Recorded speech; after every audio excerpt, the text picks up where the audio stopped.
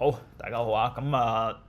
倒假中啦，所以咧今個禮拜嘅大盤分析就長話短説，成個禮拜咧非常之強勁嘅呢一嚿嘢，你見到係連升咗一個禮拜。我都話啦，而家係一個羊市嚟嘅。你見到咧經濟數據其實一般般啦，但係啲個別股票嘅業績咧其實又 OK 嘅喎，所以有一啲嘅板塊已經衝咗上嚟啦，而家又開始咧升埋嗰啲冇乜盈利啊，係質素好低嘅公司啊，例如嗰啲量子電腦板塊啊、核能嘅板塊啊，甚至係太陽能嘅板塊，其實佢哋個質素唔係十分高啊，但係你啲大型股升晒之後咧，連佢哋呢啲都升埋，去到呢啲某啲嘅resistance level 嘅時候，因為都吹緊佢會又破頂啦嘛，就會出現咧呢啲咁樣嘅新聞啦。下調主權評級啦，專登喺收市之後先講噶啦。其實呢啲評級機構咧真係好知道應該點樣做呢啲嘢嘅。咁有啲人咧就用11年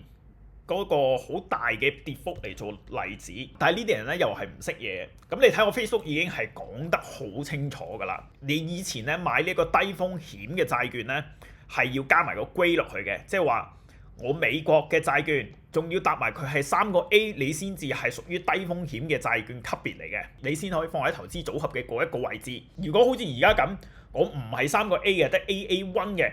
咁我咪要揾一堆嘢嚟代替咗呢一個債券嗰個低風險嘅地位咯。所以咧喺以前啊出現呢個情況咧，其實係需要咧基金去喐手咧改個投資組合嘅。但係而家個條例上面已經改咗，只要冇違過約嘅政府債券就係屬於低風險㗎啦，係唔使理佢嗰個 grade 嘅。所以你而家就算係降咗評級之後，美國國債係冇違約嘅話咧，其實基金經理係唔需要喐個投資組合嘅。所以你成個市場咧會更似就係23年嘅8月啊呢個位置，其實又係另外一個評級機構咧降咗呢一個美國嗰個評級啦。咁之後咧就出現一個比較係一浪低於一浪嘅打法啦。而家會唔會出現呢一個情況？我唔夠膽講，係有呢一個機會嘅，因為我一直都覺得係要比較小心。我之前都講過，佢而家咧升到呢一啲叫做200天線以上啦，升到呢一啲200天線以上咧，如果係屬於一個熊市嘅反彈咧，佢係有機會升破咗，然之後跌翻落嚟，然之後再咁樣嘅。我之前都舉過一個例子咧，係呢一種情況嘅，係唔記得係前一個禮拜條片好似係咁啊，唔好似22年咁上下啦。但係你都要睇佢落嘅時候咧，咪裂口啊呢啲大嘅陰燭咁樣落啦。如果唔係嘅話，係低量咁樣拉翻落嚟咧，咁其實係一個進場機會嚟。例如佢低量拉翻嚟呢一個200天線、10天線 flip 成嘅呢個位置，咁其實拉落嚟呢一度仲好啦。20天線 overshoot 200天線係唔緊要㗎。咁你有機會咧喺呢一啲位置，因為呢度係一個 support area 嘛而家。咁你喺呢啲位置進場咧，咁再扯翻上嚟嘅話咧，你嗰個升幅我當200天算啦。你嗰個升幅咧，如果係當佢頂嘅話，係成6點幾個 percent，當6% 算啦。咁喺指數有6%，你如果買啲 beta 更高嘅強勢股嘅話咧，可能你買 beta 2嘅，咁你咪12% 咯。喺同樣嘅情況之下，咁你如果再買啲強勢啲嘅，領先大盤好多嘅，可能幾十個 percent 咯，而且係相對地高勝率一啲咯。咁我哋都係要密切觀察翻個市場嘅情況啦。咁唔知點解咧，成日都出現咧喺啲8月咧，